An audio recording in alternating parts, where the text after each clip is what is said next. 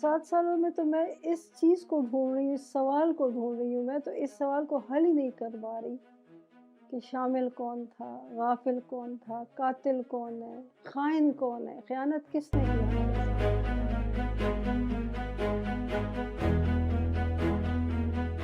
इस वाक़ये को वाक़ई 7 साल बीत गए हैं, तारीख़ बढ़ गए हैं, सन बढ़ गए हैं, लेकिन आज भी माँ-बाप उधर ही खड़े हैं। जब ये न्यूज़ आई और जब अस्पताल में मुझे अली का लाशा मिला, तो मैं तो आज भी वहीं पे खड़ी हूँ, मैं तो उससे आगे बढ़ ही नहीं पाई। शहादत के टाइम असफ़न की उम्र 15 बरस थी और अब भी अगर वो मेरे पास होता तो इन 7 बरसों के टाइम गुज़रने पर वो जो है वो 22 साल का खूबरू जवान होता, इसलिए कि असफ़न को बॉडी बिल्डिंग का बहुत ज़्यादा शौक़ था।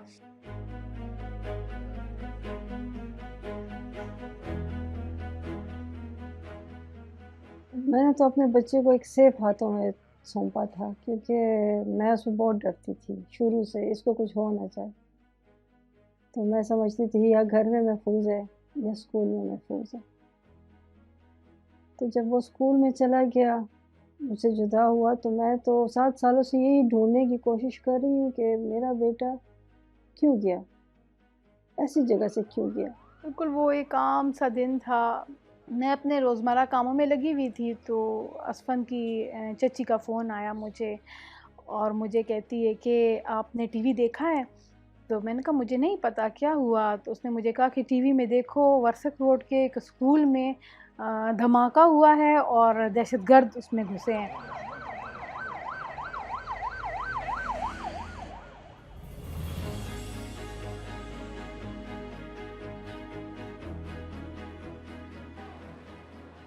बस इनके डैडी वहीं पर थे और मेरी उनसे फिर इन्होंने जब मेरी फर्स्ट उन्होंने मुझे कॉल की, जब इन्होंने सेकंड को कॉल की तो तकरीबन 11:15 हो रहे थे। तो कहने लगे कि दोबारा के यार बहुत बुरा हाल है। इतनी कह रहे थे फायरिंग हो रही है कि जो बाहर लोग खड़े थे ना पेरेंट्स, तो वो बस उनको समझ में आ रही थी कि यार ये तो अंदर कोई क़यामत हो रही है। मैं आखिर सीएमएच पहुंच गई। जब मैं सीएमएच पहुंच गई उसके बाबा सामने गेट पे खड़े थे और मुझे कह रहे थे कि मैंने कहा क्या हुआ, असफ़न कहाँ है, सोनू कहाँ है? तो उन्होंने मुझे कहा कि वो नहीं है हॉस्पिटल में। तो मैंने कहा आपने स्कूल में ढूंढा होता। कहते स्कूल में क्लियर है, स्कूल में कुछ भी नहीं है।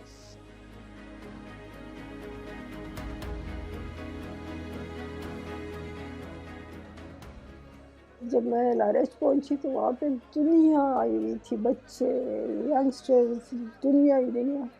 तो जब वहाँ पे मैंने ताबूत देखे, मैंने लोगों को देखा, मैं बिल्कुल पागल होने के करीब। लेकिन पता नहीं क्यों मुझे पता चल गया था कि कुछ हुआ है, असफ़न नहीं है। पता नहीं मुझे पहले से था, तभी मैंने एकदम कह दिया कि आपने लाशों में क्यों चेक नहीं किया। कोई बंदा कह रहा था कि इतने बजे जनाजा, अब मैं कोई गैर बंदा था, मैं उसको पकड़ रही हूँ कि किसका जनाजा है। बस उस वक्त मेरा सेंसेस ने काम करना छोड़ दिया था। वहाँ पे मैंने एक एक जितनी भी लाशें पड़ी थी सबके इस तरह करके मैंने एक एक के मैंने मुंह कफन से हटाए और देखे। लेकिन अस्पताल में जाके मुझे ऐसा लगा कि हो अल्लाह ज़ख्मी हो, लेकिन वो आँखें खोल के मुझे देखे। अब मैं ज़ख्मियों की तरफ कर रही हूँ, उस पुलिस वाला मुझे कहता है नहीं बहन इधर आके चेक करें। और हर लाश को देखने के बाद मैं यही कही थी शुक्र है ये असफ़न नहीं है, शुक्र है ये असफ़न नहीं है, शुक्र है ये असफ़न नहीं है। और मैं यही दुआ मांग रही थी कि अल्लाह तुझे तो पता है ना क्या लिए। लेकिन असफ़न पड़ा हुआ था 81 नंबर के मैं पड़ा हुआ था वो। तो मुझे बच्चा कोई था, मुझे कहते हैं आंटी वहाँ पे भी एक है। और जब मैं गई तो मेरा बेटा वहाँ पे भी अकेला पड़ा था।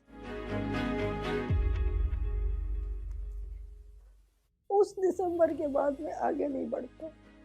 इस 7 सालों में मैं कहती हूँ कि कोई जगह हमने नहीं छोड़ी, कोई दरवाज़ा हमने नहीं छोड़ा, चाहे वो हुकूमतों का था, चाहे हमारी अक्सरी क़यादतों का था, इवन कि सिविल सोसाइटीज़ के लोगों को भी हमने इसमें इन्वॉल्व किया।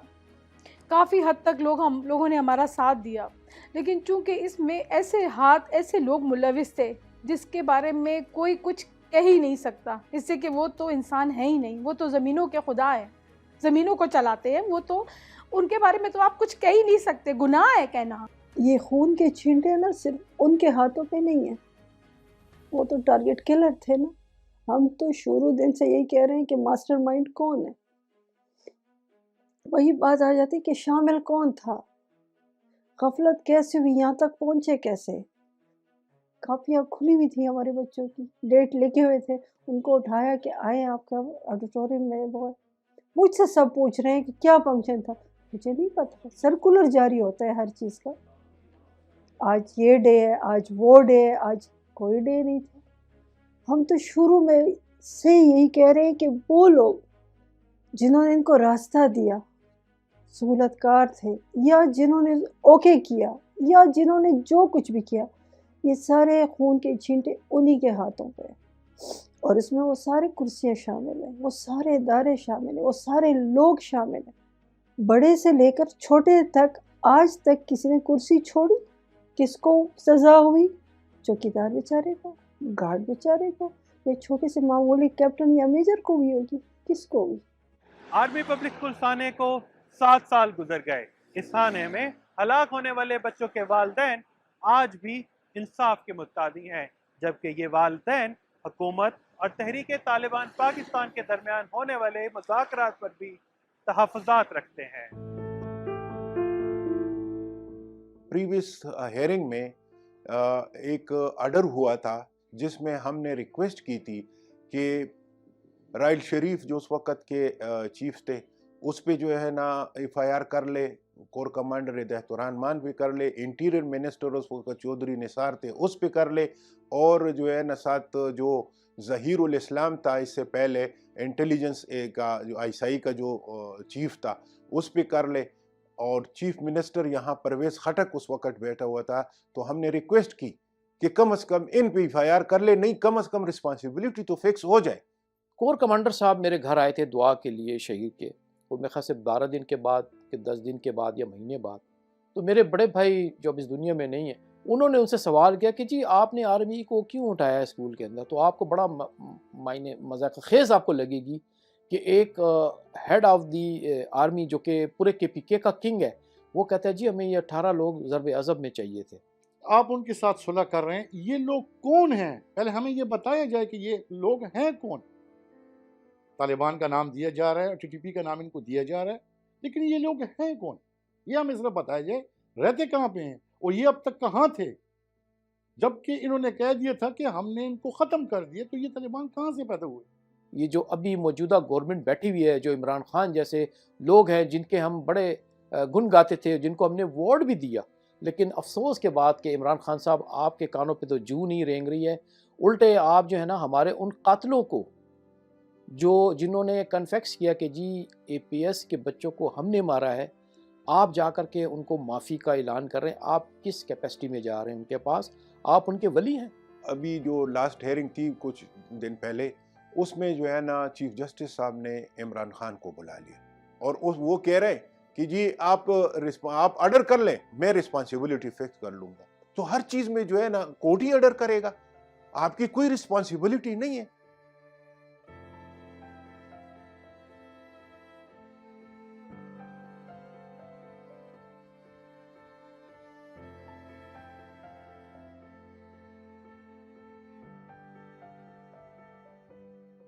جس دن انصاف ہوا نا، امن خود بخود آ جائے گا.